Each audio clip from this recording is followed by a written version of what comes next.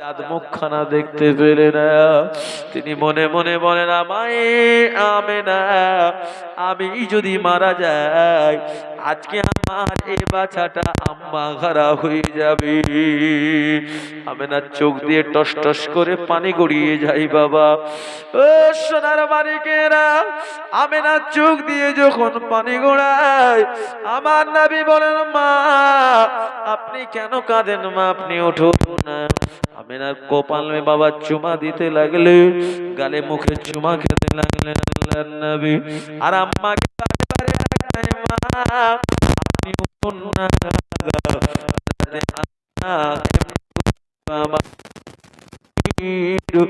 চাঁদ মুখখানা দেখে আর কাঁদে, কিছু বাচ্চাকে বলতে পারে না। আমার মনে হয় আমি আর বাঁচবো না, আমার ভিতরটা পড়ে এমনি করে চাউনিরও হয়ে যায়। উম্মে আইমান বলেন, আমি না আর তুমি এই জায়গা থাকিও না, চলো আমরা মক্কার দিকে চলে যাই। এমন সময় দেখা যায় বাবা এমনি করে আমি না বলেন, উম্মে আইমান আমি কথা বলার মতো আমার ক্ষমতা নাই, আমি আবার উঠবো কি করে? আমার মনে হয় আর আমি দুনিয়ার জমিনে থাকবো না, আমার মনে হয় ইন্তেকাল হয়ে যাবে। ভিতরটা আমার একটা জ্বালা যন্ত্রণা শুরু হয়ে যায়। এ উম্মে ইমান, আমি যদি ইন্তেকাল হয়ে যাই, আমার বেটা মোহাম্মদ এতদিন আব্বা খারা ছিল, আজকে আমার বেটা আম্মা খারা এতিম হয়ে যাবে। হযরতে মা আমেনা চোখ দিয়ে পানি বেরিয়ে যায়। আমার নবী বলেন, মা আপনি কাঁদবেন না, আপনার কান্না আমি মুহাম্মদ সহ্য করতে পারবো না। এমন সময় দেখা যায় হযরতে আমেনার কাছে মালাকুল মউত আজরাইল আলাইহিস সালাতু সালাম চলে আসলেন। এদিকে দেখা যায় আমেনা চোখখানা বার করে নিচ্ছেন আর বলেন, আল্লাহ এতদিন আমার ছেলেটা ছিল আব্বা খারা, আজকে আম্মা খারা হয়ে যাবে, কাকে মা বলে ডাকবে? আমেনা এরকম কানতে কানতে আজরাইল ফেরেশতারা কাতে এমনি করে মা আমেনার জানটা কবজ হয়ে গেল।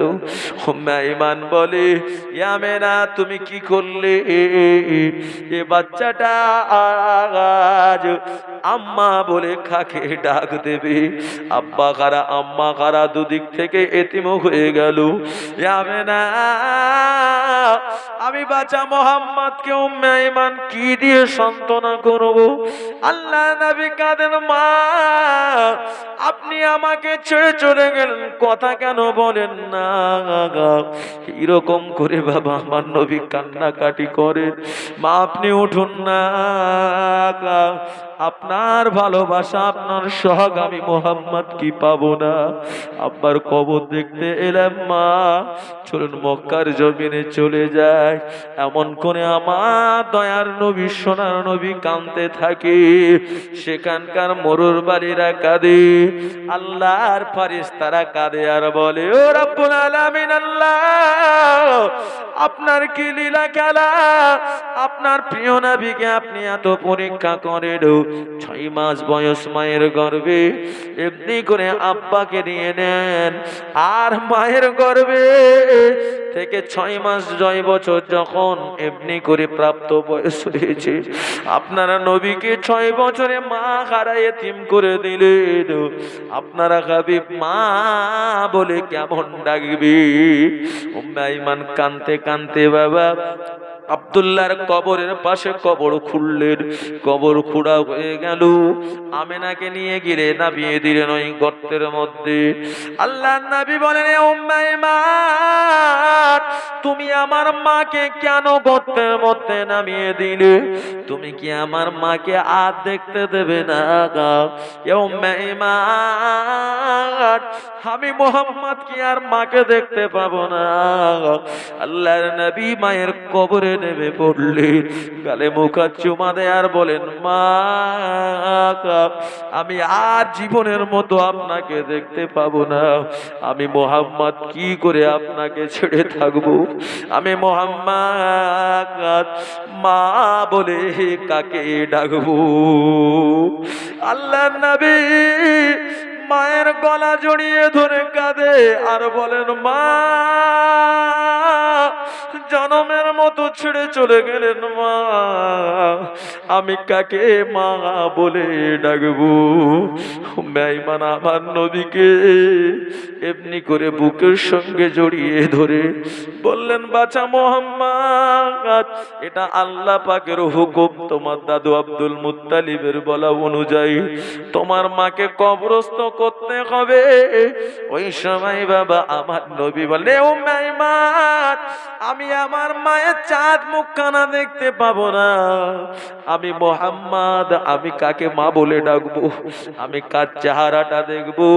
এইরকম করে আমার নবী আম্মা আম্মা বলে ডাকে। উম্মে ঈমান আমেনার কবরখানা ঢেকে দিলেন। আর আমার নবীকে নিয়ে যখন বাবা মক্কাতুল মুকাররমার উদ্দেশ্যে রওনা দিয়েছে, আমার নবী বারে বারে আম্মা জানের কবরের দিকে তাকান আর বলেন, মা আমি আপনার সঙ্গে করে আসলাম আব্বা জানের কবর দেখতে। আমি যদি জানতাম আব্বা আম্মা থেকে আমি পৃথক হয়ে যাব, আমি আম্মা আমি এই জায়গা আসতাম না। ও আমার আম্মা, আমি মোহাম্মদ বারে বারে আমার নবী আম্মা জানের কবরের দিকে ফিরে ফিরে তাকান। আমি মোহাম্মদ কাকে মা বলে ডাকবো? আল্লাহর নবী বারে বারে তাকান আর কাঁদেন। উম্মে ঈমান আমার নবীকে সান্ত্বনা দিয়ে বলেন। এমন সময় মক্কাতুল মুকাররমা যে পৌঁছে যায়, ওই সময় দাদু আব্দুল মুত্তালিব বলেন, এ উম্মে ঈমান, আমার পুত্রবধূ আমেনা কোথায়? ওই সময় আমার নবী কাঁদতে কাঁদতে আব্দুল মুত্তালিবকে জড়িয়ে ধরে কাঁদতে লাগলেন। দাদু জান, আব্বার কবর দেখতে গেলাম, আর সেই জায়গাতে আম্মাকে হারিয়ে ফেললাম। আমি আম্মা হারা এতিম হয়ে গেলাম। আব্দুল মুত্তালিব কাঁদে, আমার নবীও কাঁদে, এত কান্না কাটে। এমন সময় আব্দুল মুত্তালিব বলে, আল্লাহ পাক ওই খানায় কাবার মুতাআল্লিক, খানায় কাবা বাইতুল্লাহর মালিক আল্লাহ, আপনি আমার পোতা মুহাম্মদকে এত পরীক্ষা করবেন যে আমার পোতা মুহাম্মদ মায়ের গর্ভে বয়স হয়েছিল 6 মাস, সে আব্বা হারা হয়ে গেল। আর 6 বছর বয়সে মা হারা এতিম হয়ে গেল। এ বাচ্চাটা কার ছায়া তলে থাকবে? কাকে মা বলে ডাকবে? আল্লাহর নবী এত কাঁদেন। আব্দুল মুত্তালিব কান্না বন্ধ করে দিয়ে বলেন, ও ভাই মোহাম্মদ, কেঁদো না ভাই, কেঁদো না গা। আমার আল্লাহ তোমাকে বড় ভালোবাসেন, এই জন্য পরীক্ষা নেন। আমি তোমার দাদু ভাই রয়েছি, 2 ভাই মিলে একসঙ্গে থাকবো।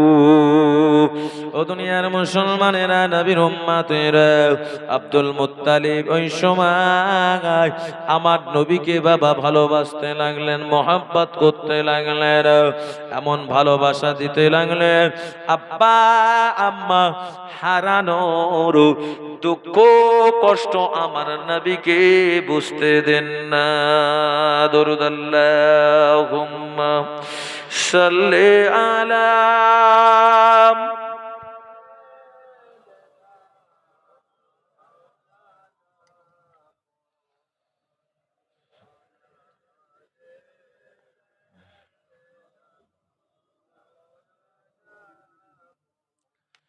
ওগো মা আমিনা, তোমার কুড়ে ঘরে রহমত খোদার পড়ে ঝরে ঝরে ও গমা আমিনা তোমার কুড়ে ঘরে রহমত খোদার পড়ে ঝরে ঝরে জাগারে চরণ চমে দণ্ড এ গোলাপ ফুল জাগারে চরণ চমে দণ্ড এ গোলাপ ফুল নামটি তাহার মধুমাকা মুহাম্মাদুর রাসূল জাগারে চরণ চমে দণ্ড এ গোলাপ ফুল নামটি তাহার মধুমাকা মুহাম্মাদুর রাসূল ও গো মা আমিনা তোমার কুড়ে ঘরে রহমত খোদার পড়ে ঝরে ঝরে আব্বার মাজার দেখতে নবী আব্বার মাজার দেখতে নবী গেলেন আম্মা জানের সঙ্গে আর ফিরে আসার পথে নবী আম্মাকে হারালেন আব্বার মাজার দেখতে নবী গেলেন আব্বা জানের সঙ্গে আর ফিরে আসার পথে নবী আম্মাকে হারালেন এ আব্বা আম্মা হারালেন নবী এ আব্বা আম্মা হারালেন নবী আল্লাহর ওই দরবারে শিশু নবী বসে কান্দেন আপনি ময়দানে ও গো মা আমিনা তোমার কুড়ে ঘরে রহমত খোদার পড়ে ঝরে ঝরে আল্লাহুম্মা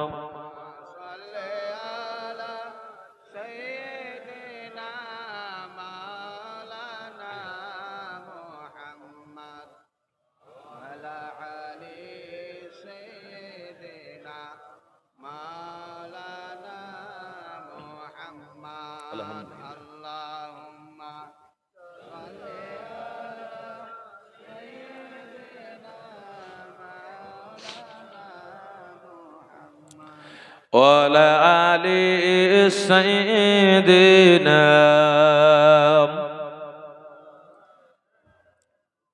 আমার ভাই জানেরা নবী পাক সাল্লাল্লাহু আলাইহি ওয়াসাল্লাম তিনি দাদুজানের সঙ্গে থাকতে লাগলেন একদিন দেখা যায় আব্দুল মুত্তালিব তার সমস্ত 9 জন সন্তানকে বলেন এ আমার সন্তানেরা এই তোমাদের ভাতিজা আব্বাও নেই আম্মাও নেই আমরাই তার হর্তা কর্তা একে দুঃখ দেবে না কষ্ট দেবে না একে সদা সর্বদা খুশিতেই রাখবে এই রাখলে আমি আব্দুল মুত্তালিব বড় খুশি হয়ে যাব জোরে বলুন সুবহানাল্লাহ একদিন খানায় কাবার পাশে আব্দুল মুত্তালিব যেটা বসার গদি রয়েছে যেটা জায়গা সেই জায়গাতে আব্দুল মুত্তালিব বসতেন দ্বিতীয় আর কেউ বসতো না একদিন দেখা যায় আমার নবী পাক সাল্লাল্লাহু আলাইহি ওয়াসাল্লাম ওই গদিতে বসে পড়েছেন তিনার চাচা হযরতে আমিরে হামজা রাদিয়াল্লাহু আনহু বলে এ ভাইপো মোহাম্মদ খবরদার এখানে বসিও না কারণ এই গদিটা এই জায়গাটা হলো তোমার দাদু জানের বিয়াদবি হবে আব্দুল মুত্তালিব বলেছিলেন এ আমার বেটা আমিরে গামজা, খবরদার তোমরা ওই জায়গা বসবে না। ওই গদির মালিক আমি আব্দুল মুত্তালিব আমি নয়। ওই গদি আমি পেয়েছি কি তোমাদের ভাতিজা মুহাম্মাদের ওসিলায়।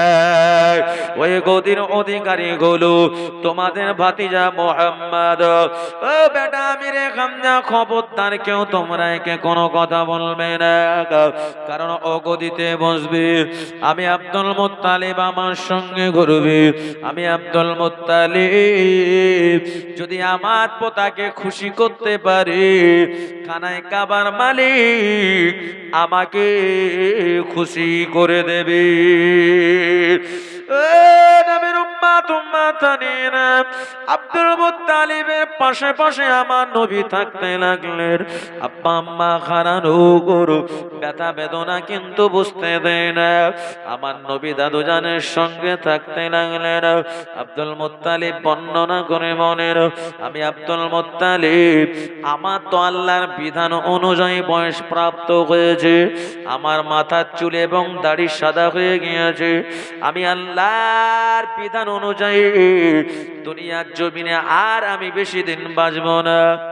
আব্দুল মুত্তালিব বললেন, আমি আব্দুল মুত্তালিব মারা গেলে এই বাচ্চাটাকে দেখভাল কে করবে? আল্লাহর নবীর দাদু জান ওই সময় তিনি তার 9 জন ছেলেকে ডাকলেন।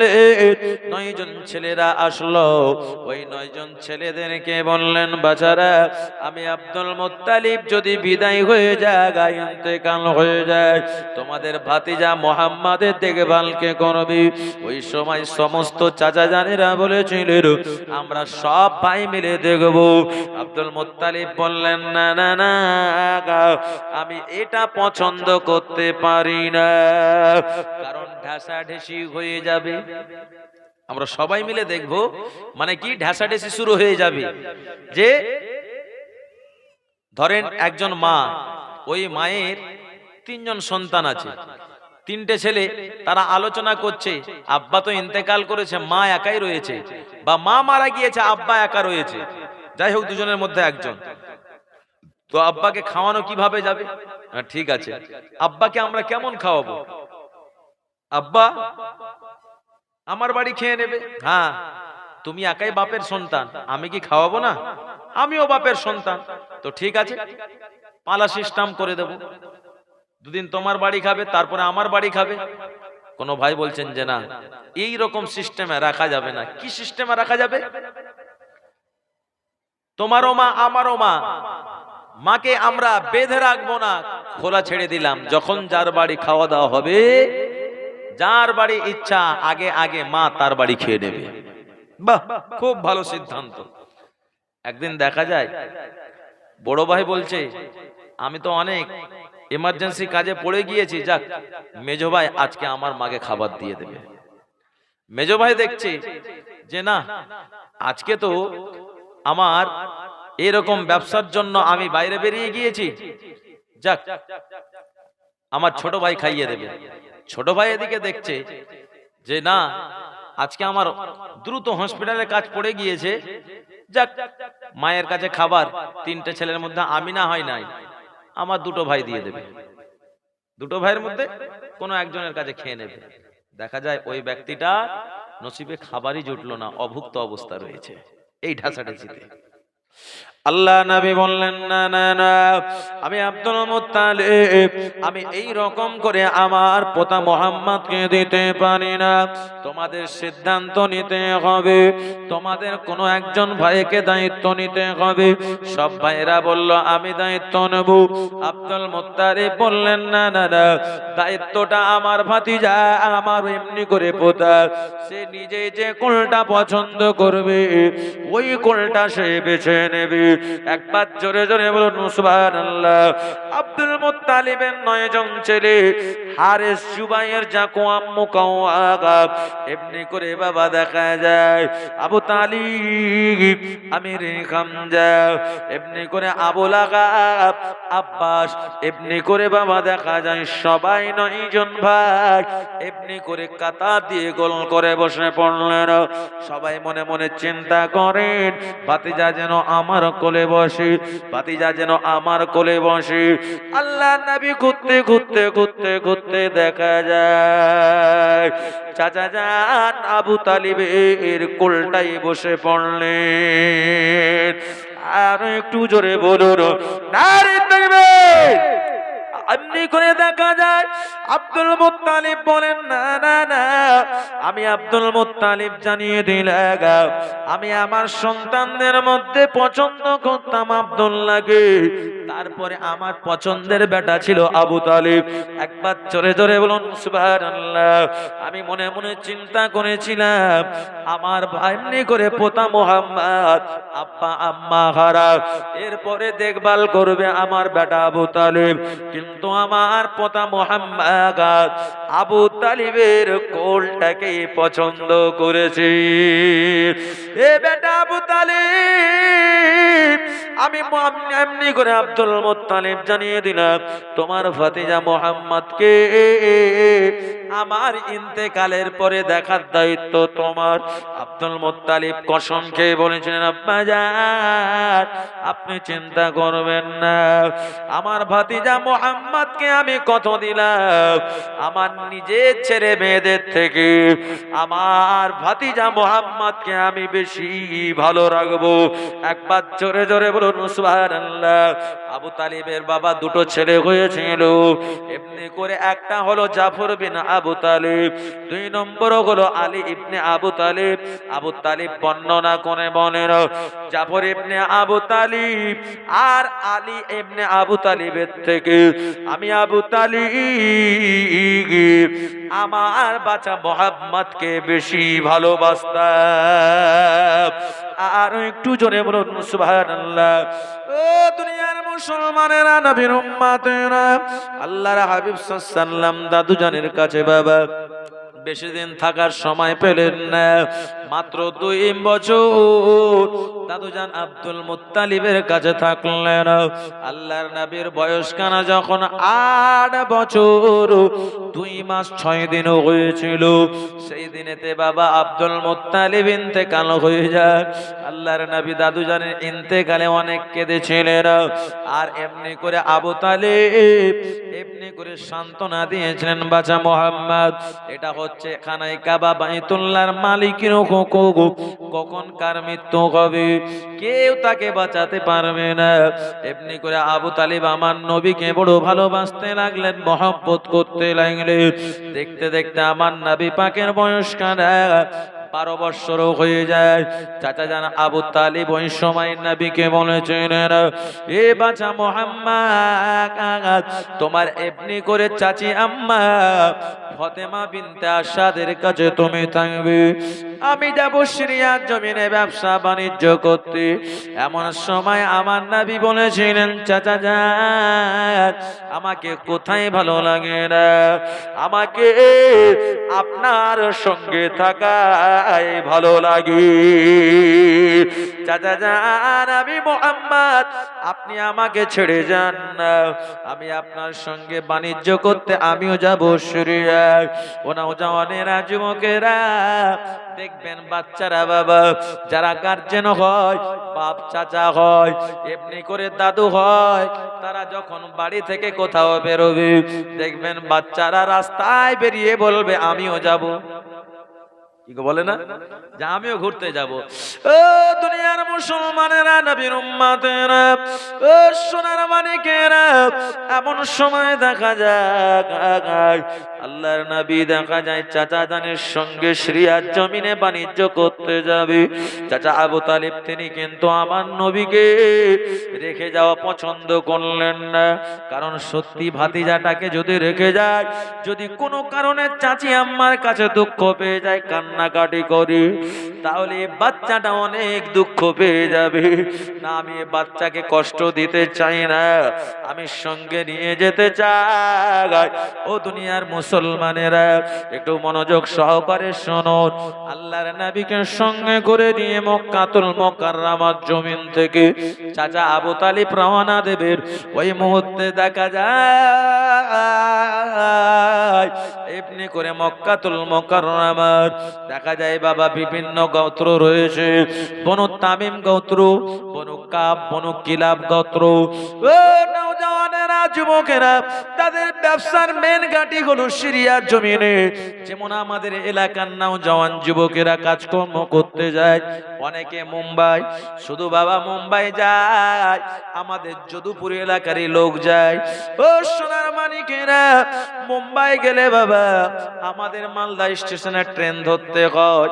ওই মালদাতে মুম্বাই ট্রেন ধরতে গেলে দেখবেন বাবা আমাদের কালিয়াচক থানার যারা মুম্বাই যাবে তারাও মালদা যায়, যারা মোথাবাড়ি থানার তারাও মালদায় যাবে, যারা এমনি করে চাঁচল গাজল থানার বাবা ইংলিশ বাজার থানার তারাও কিন্তু মালদায় আসবে। এক জায়গা জমায়েত হয়ে একই ট্রেনে যাবে। ও দুনিয়ার মুসলমানেরা, তৎকালীন যুগে মক্কাতুল মুকাররমার জমিনে সমস্ত গোত্রের লোকেরা সিরিয়ার জমিনে যাবে।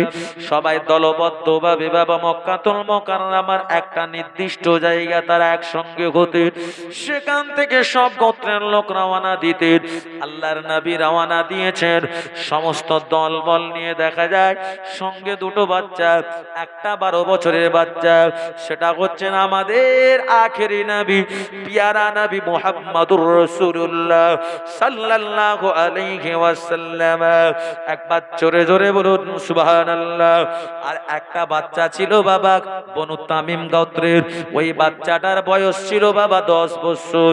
ওই বাচ্চাটা আর অন্য কেউ নয়, আমার নবী পাকের ছোট বাল্য বন্ধু হযরতে এমনি করে আবু বকর সিদ্দিক। জোরে বলুন সুবহানাল্লাহ। আবু বকরের নাম তখন 10 বছরে বাবা নাম এমনি করে এই আবু বকর নামটা ছিল না। ও নবীর উম্মতেরা, আবু বকরের নাম ছিল ইবনে কাবা। এই ইবনে কাবা নাম রাখারও তাৎপর্য রয়েছে। তাহলে আবু বকরের জীবনী বলতে হবে বাবা, ওই দিকটা আমি জানি না। আবু বকরের প্রথম নাম ছিল বাবা আব্দুল কাবা। ওনাও জানেরা পরবর্তীতে আমার নবী আবু বকরের নাম রেখেছেন আবু বকর। এই যে সিরিয়ার জমিনে ব্যবসা বাণিজ্য করতে যখন তারা রণবস্তিতে দিয়েছে, আর সামনে একটা বাবা বিশাল মরুভূমি পড়ে যায়। একদিকে মক্কাতুল মুকাররমা আর এদিক থেকে যাবে বাবা, এদিকটা পড়ে যায় জর্ডান। সামনেটা পার হয়ে বাবা এমনি করে জর্ডান, আরো জর্ডান দেশটা পার করে সিরিয়ার জমিনে যেতে হবে। মাঝখানে বিশাল বড় মরুভূমি পড়ে যায়।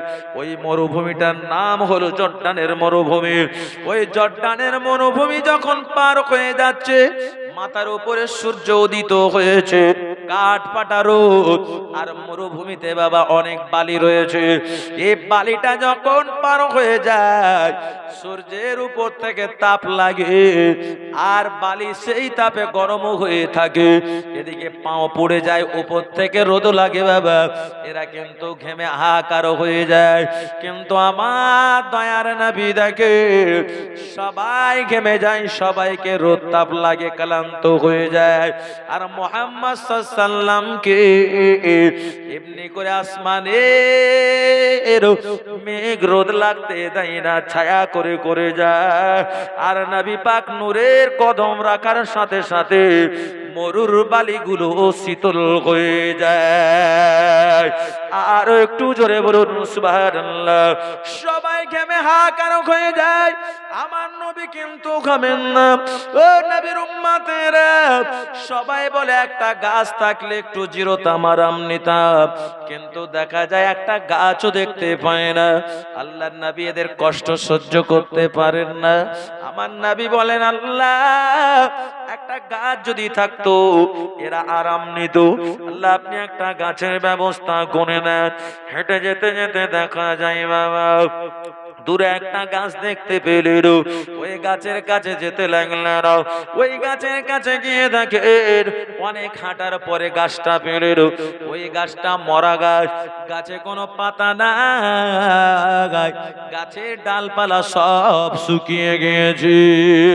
সবার মন ভেঙে গেল, এত কষ্ট করে আসলাম, এমনি করে জিরোতে পারলাম না, ঠান্ডা আবহাওয়া পেলাম না, গরমের মধ্যে আমাদের জান বেরিয়ে যাবে। সবাই ছটপট ছটপট করে। আমার আপনারা নবী, নূর নবী, নুরানি কদম কানানি ওই মৃত গাছের কাছে বসে পড়লেন। আর বসার সাথে সাথে আল্লাহর নবীর নুরানি কদমের ওসিলায় ওই মৃত গাছটা জীবিত হয়ে কচি কচি পাতা ফুটে যায়।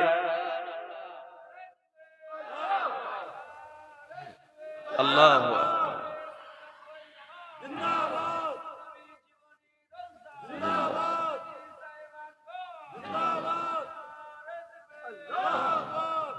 আমার ভাই জানেরা, গাছের কাছে যে নবী গিয়ে বসলেন, গাছ একবারে কচি কচি পাতা আপনার ফুটে গিয়ে জিন্দা হয়ে গেল। ওই গাছ ছায়া দিতে লাগলো। একবার জোরে বলুন সুবহানাল্লাহ। সবাই অবাক হয়ে গেল যে বাচ্চা কদম রাখলো, গাছ জীবিত হয়ে কচি কচি পাতা ফুটে গেল। ওই গাছটা এখনো বেঁচে আছে, একটা পাতাও ঝরেনি। একবার জোরে বলুন। জর্ডানের মরুভূমিতে যে গাছের নাম বলা হয় সাহাবিয়া গাছ, জোরে হবে না? সাহাবি গাছ। জর্ডানের মরুভূমি দেখবেন, ইউটিউবে সার্চ করবেন, ওই গাছটা পেয়ে যাবে। হ্যাঁ, আমার নবী গরম বালিতে পা রাখলে নবী পাক সাল্লাল্লাহু আলাইহি ওয়াসাল্লামের কদম রাখার সাথে সাথে বালিটা ঠান্ডা হয়ে যেত, আর রোদ লাগতে দিত না। আসমানের মেঘ আমার নবীকে ছায়া করে করে যেত। একবার জোরে বলুন সুবহানাল্লাহ। জামানা দিওয়ানা গম, জামানা দিওয়ানা গম, ও গো মা আমিনা, জামানা দিওয়ানা গম, ও গো মা আমিনা, তোমার লালের নাই তুলনা মাগো,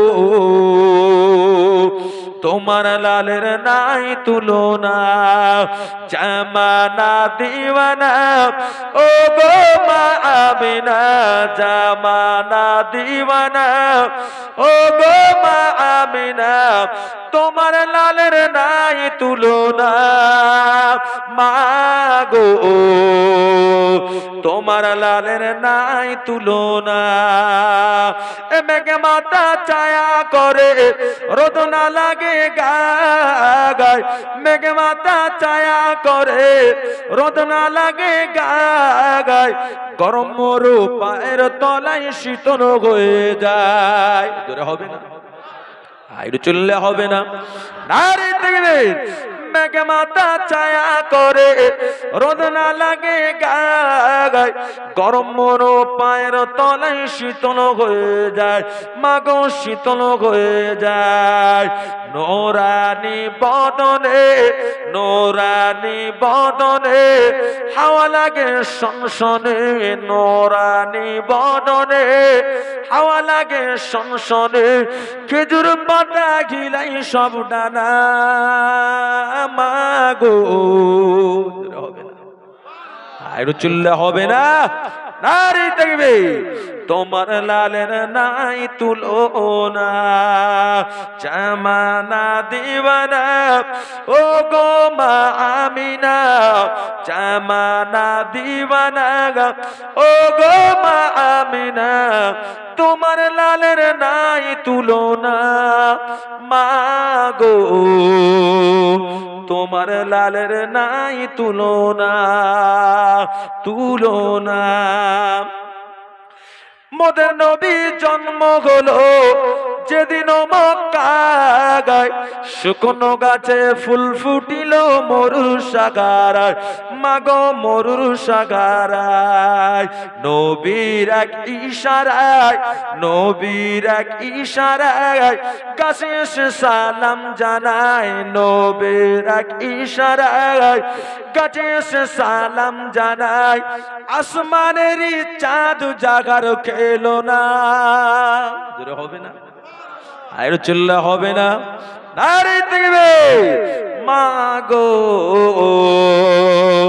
তোমার লালের নাই তুলনা, শিশু নবী শুয়ে শুয়ে আকাশে তাকায়, শিশু নবী শুয়ে শুয়ে আকাশে তাকায়, জান্নাতের ওই গালে মানুষ সালাম জানায়, মাগো সালাম জানায়, আদব সহকারে, আদব সহকারে নূর নবীজিকে ঘিরে, আদব সহকারে নূর নবীজিকে ঘিরে, নূরের দোলনায় দোলায় মাগো তোমার লালের নাই তুলনা, তুলনা।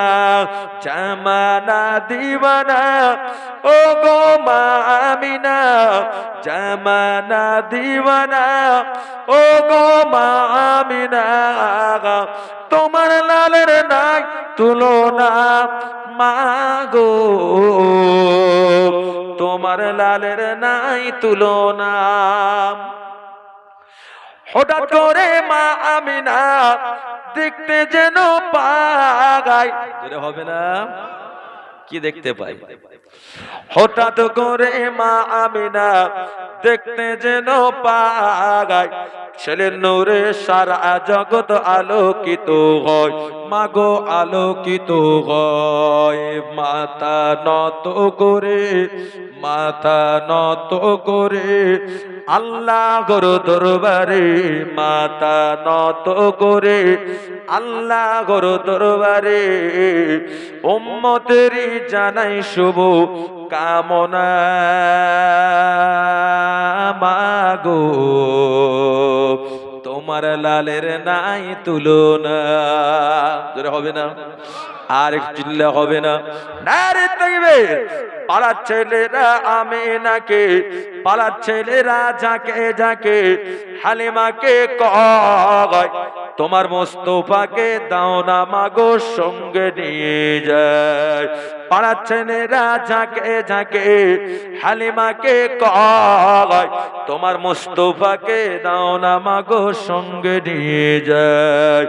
যাবো মেস চরণে থাকবে মোদের শানে, যাবো মেস চরণে থাকবে মোদের শানে, কোথায় আছে লাল বলো না মাগো, হবে না, তোমার লালের নাই তুলনা। জামানা দেওয়ানা ও গো মা আমিনা, জামানা দেওয়ানা ও গো মা আমিনা, তোমার লালের নাই তুলনা মাগো তোমার লালের নাই তুলনা। জোরে বলুন সুবহানাল্লাহ, আর জোরে হবে না, কি গো নবী পাক সাল্লাল্লাহু আলাইহি ওয়াসাল্লামের সঙ্গে কাউকে তুলনা করা যাবে? জীবনে হবে, হয়নি, আর হবেও না। কারণ নবী পাক সাল্লাল্লাহু আলাইহি ওয়াসাল্লাম যে গাছের কাছে গিয়ে বসতেন পাতা ফুটে যেত, জোরে বলুন। নবী যে গাছকে ইশারা করতেন গাছ এসে নবীকে সালাম জানাতো। কিতাবের মধ্যে লেখা আছে জর্ডানের মরুভূমি যে পার হয়ে গেলে, একটু অসামান্য আছে এটা বলে শেষ করে দিচ্ছি, জর্ডানের মরুভূমি যে পার হয়ে গেলে, পার হয়ে যাচ্ছেন, পাশে খ্রিস্টানদের পাদ্রী যার নাম ছিল বুহাইরা, এই বুহাইরা আপনার তিনার যেটা ইবাদতখানা সেই জায়গাতে আপনার বসবাস করছেন।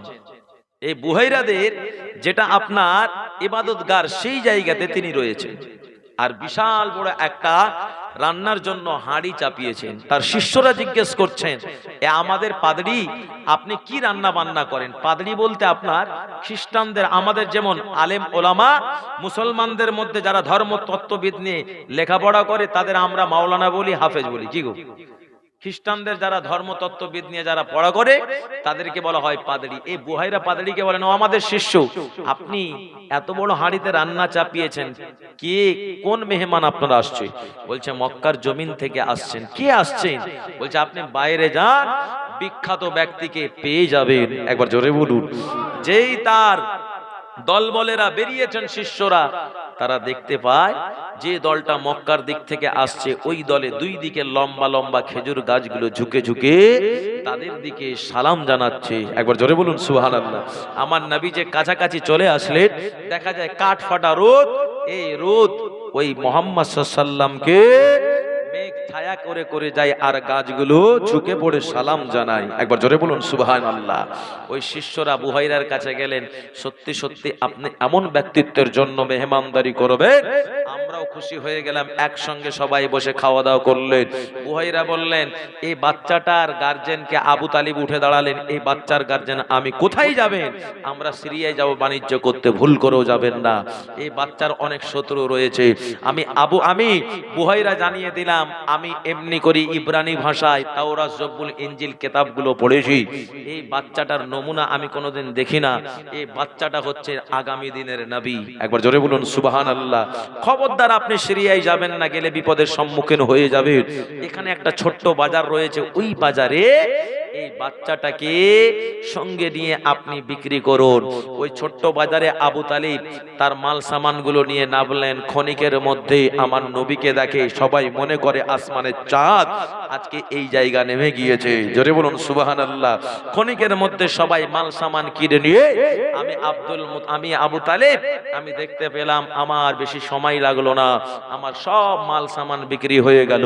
সেখান থেকে আমি বাড়ি চলে গেলাম। বাড়ি গিয়ে হিসাব করে দেখলাম, সিরিয়ায় বাণিজ্য করে আমার যতটা লাভ হতো না, অল্প সময়ের মধ্যে আমি বুহাইরার ওই পাশে ছোট্ট একটা বাজারে আমি এই মাল সামান বিক্রি করে অনেক গুণে গুণে বেশি লাভ করেছি। একবার জোরে বলুন।